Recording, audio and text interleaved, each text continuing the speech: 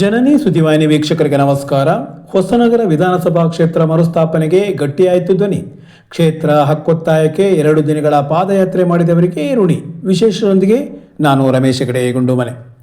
ಹೊಸನಗರ ಕ್ಷೇತ್ರ ಮರಳಿ ತರುವ ಹಿನ್ನೆಲೆಯಲ್ಲಿ ಹೊಸನಗರ ವಿಧಾನಸಭಾ ಕ್ಷೇತ್ರ ಮರುಸ್ಥಾಪನೆಯ ಹೋರಾಟ ಸಮಿತಿ ಕರೆ ನೀಡಿದ್ದ 2 ದಿನಗಳ ಪಾದಯಾತ್ರಾ ಹಕ್ಕೊತ್ತಾಯಕ್ಕೆ ವ್ಯಾಪಕವಾದ ಬೆಂಬಲ ವ್ಯಕ್ತವಾಗಿದೆ.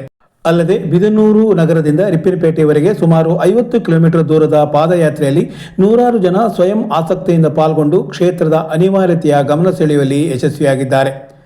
ವಿಶೇಷವಾಗಿ ಮೂಲೆಗದ್ದೆ ಶ್ರೀಮಠದ ಅಭಿನವ ಚನ್ನಬಸವ ಸ್ವಾಮೀಜಿಯವರ ಮಾರ್ಗದರ್ಶನದಲ್ಲಿ 96 ವರ್ಷದ ಬಿ ಸ್ವಾಮಿರಾವ್ ಮುಂದಾಳತ್ವದಲ್ಲಿ ಕಲಗೋಡು ರತ್ನಾಕರ್, ಎನ್ಆರ್ ದೇವಾನಂದ್ ಸೇರಿದಂತೆ ತಾಲೂಕಿನ ಪ್ರಮುಖರು ಪಕ್ಷಭೇದ ಮರೆತು ಸಂಘಟಿಸಿರುವ ಈ ಪಾದಯಾತ್ರೆಯ ಹಕ್ಕೊತ್ತಾಯ ಚಿಕ್ಕಪೇಟೆ ಶ್ರೀ ಮಹಾಗಣಪತಿ ಸನ್ನಿಧಿಯಲ್ಲಿ ಸಂಕಷ್ಟಹರ ಚತುರ್ಥಿಯ ವಿಶೇಷ ಪೂಜೆ ನೆರವೇರಿಸಿದ ಬಳಿಕ ಹೊಸನಗರ ವಿಧಾನಸಭಾ ಕ್ಷೇತ್ರದ ಸ್ತಬ್ಧ ಚಿತ್ರದ ಚಾಲನೆಯೊಂದಿಗೆ ಆರಂಭಗೊಂಡು ಭಾನುವಾರ ಸಂಜೆ ಹೊಸನಗರದಲ್ಲಿ ವಿಶ್ರಾಂತಿಯನ್ನು ಪಡೆಯಿತು. ನಂತರ ಸೋಮವಾರ ಬೆಳಗ್ಗೆ ಅಲ್ಲಿಂದ ಹೊರಟು ಸಂಜೆ ರಿಪ್ಪನ್ಪೇಟೆಯಲ್ಲಿ ಸಮಾರೋಪ ನಡೆಯಿತು. ಮೂಲೆಗದ್ದೆ ಅಭಿನವ ಚನ್ನಬಸವ ಸ್ವಾಮೀಜಿ, ನಿಟ್ಟೂರು ಗರ್ತಿಕೆರೆ ಮಠದ ರೇಣುಕಾನಂದ ಸ್ವಾಮೀಜಿ, ಹುಂಚ ಮಠದ ದೇವೇಂದ್ರ ಕೀರ್ತಿ ಭಟ್ಟಾರಕ ಸ್ವಾಮೀಜಿ, ಸ್ಥಳೀಯ ಮುಸ್ಲಿಂ ಮತ್ತು ಕ್ರೈಸ್ತ ಗುರುಗಳು ಪಾಲ್ಗೊಂಡಿದ್ದ ಕಾರ್ಯಕ್ರಮದಲ್ಲಿ ಜಿಲ್ಲಾ ಉಸ್ತುವಾರಿ ಸಚಿವ ಮಧು ಬಂಗಾರಪ್ಪ, ಸಂಸದ ಬಿವೈ ರಾಘವೇಂದ್ರ, ಶಾಸಕರಾದ ಆರ್ ಜ್ಞಾನೇಂದ್ರ, ಬೇಳೂರು ಗೋಪಾಲಕೃಷ್ಣ, ಎಂಎಡಿಬಿ ಅಧ್ಯಕ್ಷ ಆರ್.ಎಂ. ಮಂಜುನಾಥ್ ಗೌಡ, ಮಾಜಿ ಸಚಿವ ಹಾರ್ತಾಳು ಹಾಲಪ್ಪ ಸೇರಿದಂತೆ ಜನಪ್ರತಿನಿಧಿಗಳು, ರಾಜಕೀಯ ಧುರೀಣರು ಸೇರಿದ್ದರು. ವರ್ತೇಶ್ ಸ್ವಾಗತಿಸಿ ಕಲಗೋಡು ರತ್ನಾಕರ್ ಮತ್ತು ಎನ್ಆರ್ ದೇವಾನಂದ್ ಪ್ರಾಸ್ತಾವಿಕ ಮಾತನಾಡಿದರು. ಅಲ್ಲದೆ ಇದೇ ಸಂದರ್ಭದಲ್ಲಿ ಜಿಲ್ಲಾಧಿಕಾರಿ ಅವರಿಗೆ ಮನವಿ ಕೂಡ ಸಲ್ಲಿಸಲಾಯಿತು.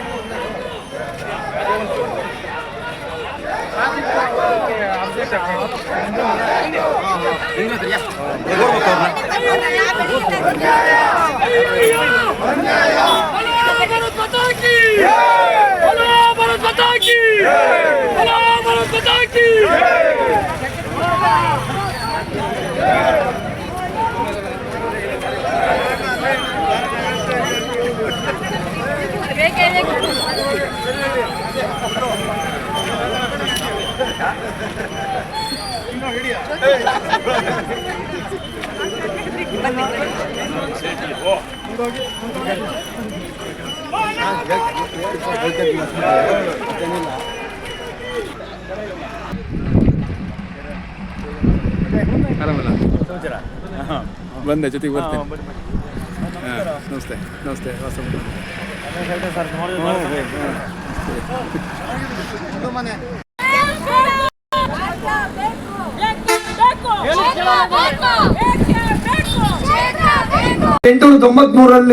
ಇದು ತಾಲೂಕು ಕೇಂದ್ರವಾಗಿ ಮಾರ್ಪಡ್ತು. ಇದು ಹೊಸನಗರ ತಾಲೂಕು.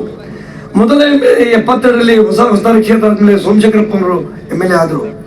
ವಿದ್ಯುತ್ ಉತ್ಪಾದನೆ ಸುಮಾರು 1,500 ಕೋಟಿ ಆದಾಯ ಬರ್ತಕ್ಕಂಥ ಈ ಕ್ಷೇತ್ರ ಹೊಸನಗರ ತಾಲೂಕು ಅಷ್ಟು ನೀರಾವರಿ ಮುಳುಗಿದೆ. ವಿಶೇಷ ಅಂದರೆ ಕರ್ನಾಟಕದಲ್ಲಿ ಭೌಗೋಳಿಕ ವಿಸ್ತೀರ್ಣದಲ್ಲಿ ಇಡೀ ರಾಜ್ಯದಲ್ಲಿ 2ನೇ ಸ್ಥಾನದಲ್ಲಿದೆ. ಇದು ರಾಜ್ಯದಲ್ಲಿ ಅತಿ ಹೆಚ್ಚು ಮಳೆ ಬರುವಂತ ಹೊಸನಗರ ಕ್ಷೇತ್ರ. ಇದು ಅರ್ಥ ಮಾಡ್ಕೋಬೇಕು. ಏಷ್ಯಾದಲ್ಲಿ ಅತಿ ಎತ್ತರದ ಜಲಪಾತ ಕುಂಚಿಕಲ್ ಜಲಪಾತ ಅಂತ ನಮ್ಮ ತಾಲೂಕಲ್ಲಿ ಇದೆ. ಇವೆಲ್ಲ ನಿಮಗೆ ಗೊತ್ತಿರಲಿ ಅಂತ ಮಾತ್ರ ಹೇಳ್ತಿದ್ದೀನಿ. ಒಂದು ಕಾಲದಲ್ಲಿ 3/4 ಭಾಗ ಕರೆಂಟ್ ವಿದ್ಯುತ್ತನ್ನು ನಾವು ಇಡೀ ರಾಜ್ಯಕ್ಕೆ ಕೊಡ್ತಾ ಇದ್ದೆವು. ರಾಜ್ಯಕ್ಕೆ ಇವತ್ತು 5 ಡ್ಯಾಮ್ಗಳು, ಚಕ್ರ, ಸಾವ್ಯಾಕಲು, ಮಾಣಿ, ವರಾಯಿ, ಶರಾವತಿ ಈ ರೀತಿಯ ಡ್ಯಾಮ್ಗಳು 5 ಡ್ಯಾಮ್ಗಳಾಗಿ ನಮ್ಮ ಜನ ಎಲ್ಲ 5 ವಿದ್ಯುತ್ ಯೋಜನೆಗಳನ್ನ ಮಾಡಿ ಮುಳುಗಡೆಯನ್ನ ಮಾಡಿದ್ದಾರೆ. ಅದು ದೇಶಕ್ಕೆ, ರಾಜ್ಯಕ್ಕೆ ವಿದ್ಯುತ್ ಅನ್ನ ಕೊಡ್ಲಿಕ್ಕೆ ತುಂಬಾ ಸಂತೋಷ ಇದೆ. ಯಾಕಂದ್ರೆ ನಾವು ಹೊಸನಗರದವರು ತ್ಯಾಗಕ್ಕೆ ಇನ್ನೊಂದು ಹೆಸರು. ತ್ಯಾಗ ಮಾಡಿದ್ದೇವೆ. ಪರಿಣಾಮ ಏನಾಯ್ತು? ನಮ್ಮ ಜನಸಂಖ್ಯೆಯನ್ನ ಪರಿಹಾರವನ್ನ ಕೊಟ್ಟು, ಇದೇ ಸರ್ಕಾರಗಳು ಪರಿಹಾರವನ್ನ ಕೊಟ್ಟು ಸ್ಥಳಾಂತರ ಮಾಡಿ ಅವರಿಗೆ ಅಶೋಕ್ ನಗರ, ಭದ್ರಾವತಿ ಬೇರೆ ಬೇರೆ ಸ್ಥಳಗಳಲ್ಲಿ ವಾಸಕ್ಕೆ ಅವಕಾಶವನ್ನು ಮಾಡಿಕೊಟ್ರು. ಇವತ್ತು ಕೂಡ ಅನೇಕರು ಫಾರೆಸ್ಟ್ ಲ್ಯಾಂಡ್ ಅಲ್ಲಿ ಇದ್ದಾರೆ. ಅವರಿಗೆ ಇನ್ನೂ ಸಮರ್ಪಕವಾದ ವ್ಯವಸ್ಥೆಗಳಾಗಿಲ್ಲ. ಶೋಷಣೆ ಎಲ್ಲಿವರೆಗೆ ಆಗಿದೆ ಅಂದ್ರೆ, ಇದೇ ಸರ್ಕಾರಗಳು ಜನಸಂಖ್ಯೆ ಕಡಿಮೆ ಇದೆ ಅನ್ನೋಂಥ ಆಧಾರದ ಮೇಲೆ ಇವತ್ತು ಕ್ಷೇತ್ರವನ್ನು ಕೂಡ ಕಳೆದಿದ್ದಾರೆ. ಜನಸಂಖ್ಯೆ ಕಡಿಮೆ ಆಗ್ಲಿಕ್ಕೆ ಸರ್ಕಾರ ಕಾರಣವೋ ಅಥವಾ ಹೊಸನಗರದ ಜನ ಕಾರಣವೋ? ಯಾಕಂದ್ರೆ ನಮ್ಮ ಜನ ಬಡತನ ಇದೆ, ಬದುಕಿಗೆ ದಾರಿ ಇಲ್ಲ, ಕೂಲಿ ಮಾಡಕ್ಕೆ ಕೂಲಿ ಇಲ್ಲ, ಉದ್ಯೋಗಕ್ಕೆ ಅವಕಾಶ ಇಲ್ಲ, ಕೃಷಿ ಮಾಡ್ಲಿಕ್ಕೆ ಕೃಷಿ ಭೂಮಿ ಇಲ್ಲ ಅಂತ ಯಾರು ಹೊರಗಡೆ ಹೋಗಿಲ್ಲ. ಸರ್ಕಾರದ ಯೋಜನೆಯಿಂದಾಗಿ ಸರ್ಕಾರ ಹೊರಗಡೆ ಕಳಿಸಿದೆ. ಅದರ ಪರಿಣಾಮ ನಮ್ಮಲ್ಲಿ ಜನಸಂಖ್ಯೆ ಕಡಿಮೆ ಆಗಿದೆ.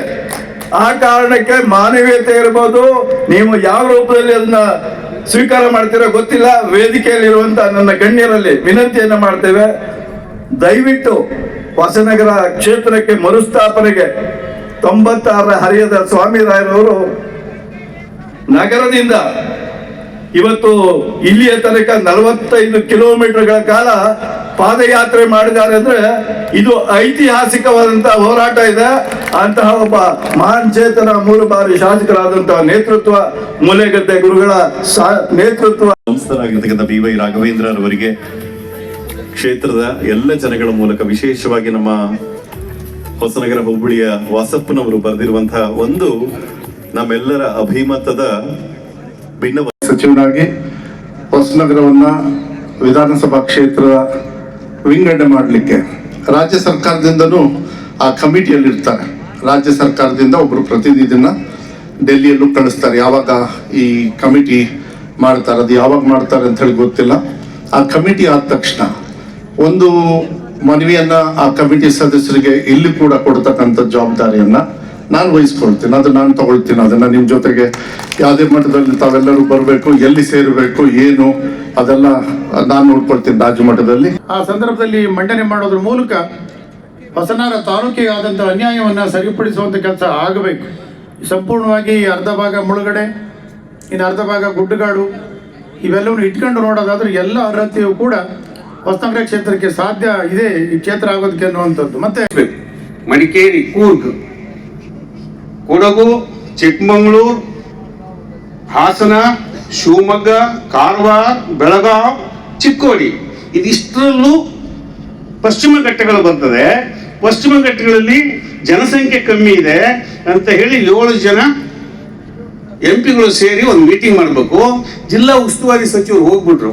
ಅವರು 7 ಜಿಲ್ಲೆಯ ಜಿಲ್ಲಾ ಉಸ್ತುವಾರಿ ಸಚಿವರನ್ನ ಸೇರಿಸಿ ಈ 14 ಜನ ಕುತ್ಕೊಂಡ್ರೆ, ಈ ಪರಿಣಿತರು BL ಶಂಕರ್ ಅವರು ಕಾಂಗ್ರೆಸ್, ಕಾಗೇರಿ ಅವರು BJP, ಬೋಪಯ್ಯ BJP, ಇವರನ್ನ ಸೇರಿಸಿದ್ರೆ ಒಂದು ಕನ್ಕ್ಲೂಡ್ ಬರ್ತದೆ, ಒಂದು ನಿರ್ಣಯ ಬರ್ತದೆ. ಆ ನಿರ್ಣಯವನ್ನ ಅಷ್ಟಕ್ಕೆ ಬಿಡದೆ ಪಶ್ಚಿಮ ಘಟ್ಟಗಳು ಎಲ್ಲೆಲ್ಲಿದೆ ಬೇರೆ ರಾಜ್ಯದ ಲೋಕಸಭಾ ಸದಸ್ಯರನ್ನು ಸಹಕಾರಕ್ಕೆ ಪಡೆದು ಲೋಕಸಭೆಯಲ್ಲಿ ಕೇಂದ್ರ ಸರ್ಕಾರಕ್ಕೆ ಒತ್ತಡ ತರಬೇಕು. ರಾಜ್ಯ ಸರ್ಕಾರವೇ ಉಸ್ತುವಾರಿ ಸಚಿವರೇ ನೇತೃತ್ವ ವಹಿಸಿದ್ರೆ ನಾವು ಇದರಲ್ಲಿ ಯಶಸ್ವಿ ಆಗ್ತೇವೆ ಸ್ನೇಹಿತರೆ.